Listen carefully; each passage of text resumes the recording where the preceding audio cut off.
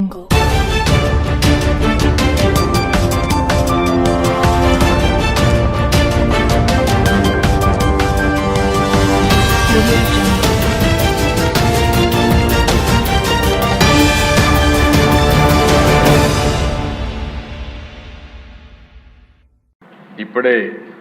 విష్ణుకుమార్ రాజు గారు అందరూ మాట్లాడుతున్నారు.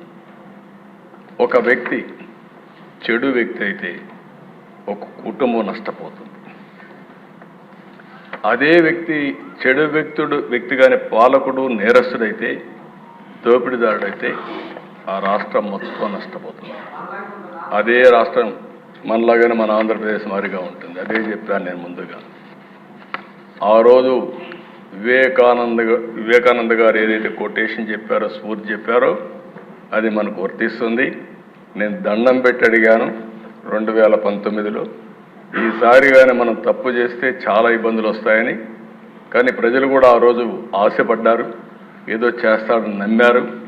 అందుకే తిరిగి 2024లో 11 సీట్లు గెలిపించారని ఇప్పుడే మాట్లాడుతూ బాధపడ్డారు. కానీ భవిష్యత్తులో ఇదే మాదిరిగా ఉంటే నా లెక్క ప్రకారం శాశ్వతంగా రాజకీయాలకు అర్హత లేని వ్యక్తి ఇలాంటి వ్యక్తి అని చెప్పుకునే రాజకీయాలు ఎవరైనా ఉండొచ్చు, కానీ ఇలాంటి వ్యక్తులు మాత్రం ఉండడానికి అర్హత లేదు. అందుకే మీరు చూస్తే ప్రశ్నిస్తే కేసులు, హౌస్ అరెస్టులు, పార్టీ కార్యాలయాలపైన దాడి నేను చాలాసార్లు చూశాను. చిన్న పార్టీ పైన కూడా దాడి చేయాలన్నా, చిన్న రాజకీయ పార్టీ ఉంటే ఆ నాయకుడిని అటాక్ చేయాలన్నా, విమర్శించాలన్నా భయపడే రోజులు అవన్నీ పోయి ఇష్టానుసారంగా వచ్చే పరిస్థితికి వచ్చారు.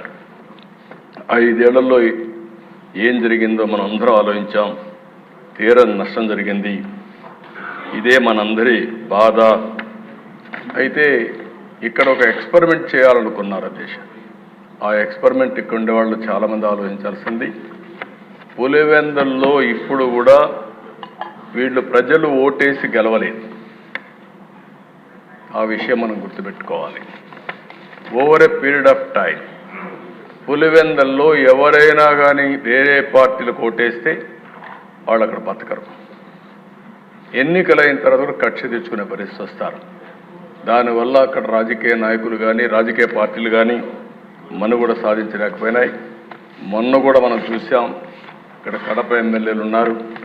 పాత కడప జిల్లాలో అధ్యక్ష 9 అసెంబ్లీ సీట్లకు 7 అసెంబ్లీ సీట్లు గెలిపించారంటే అది ప్రజల్లో ఉండే మార్పు, అదే వాళ్ళు ఇచ్చినటువంటి తీర్పు కూడా. అలాంటిది అధ్యక్ష నాకు ఒకసారి అనుమానం ఇచ్చేది, పులివెందుల మరిగా రాష్ట్రాన్ని మొత్తం తయారు చేస్తామని. కడాన ఎన్నికల్లో కుప్పం, పిఠాపురం, మంగళగిరి ఇలాంటి కొన్ని కాన్స్టిట్యూన్సీలు వీళ్ళు ఆడిన ఆటలు చూస్తే అది భయంకరంగా ఆటలాడే పరిస్థితికి వచ్చారు.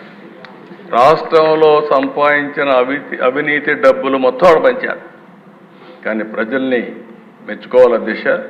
90,000, 70,000, 40,000, 50,000తో గెలిపించారంటే అది ప్రజలు చూపించిన స్ఫూర్తి, చైతన్యం తప్ప ఇంకోటి కాదు. దానికి మనస్ఫూర్తిగా అభినందిస్తున్నాను.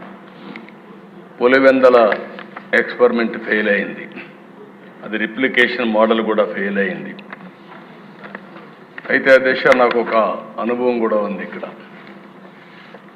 ఒక 20-25 కాన్స్టిట్యున్సీల్లో ఇనానమస్గా చేసుకోవాలని ప్రయత్నం చేశారు, ఎవరిని పోటీ చేయనీయకుండా. కానీ ఈరోజు మాచర్ల మీరు చూశారు. మాచర్లలో బ్రహ్మారెడ్డి బ్రహ్మాండంగా పనిచేసుకొని నిలబడుకున్నాడు, అతిపెద్ద మెజారిటీతో గెలిచాడు. అలాంటి అధ్యక్ష చాలా నియోజకవర్గాల్లో క్యాండిడేట్లు ఎక్కడైతే గట్టిగా నిలబడుకున్నారో అక్కడ గెలవగలిగారు.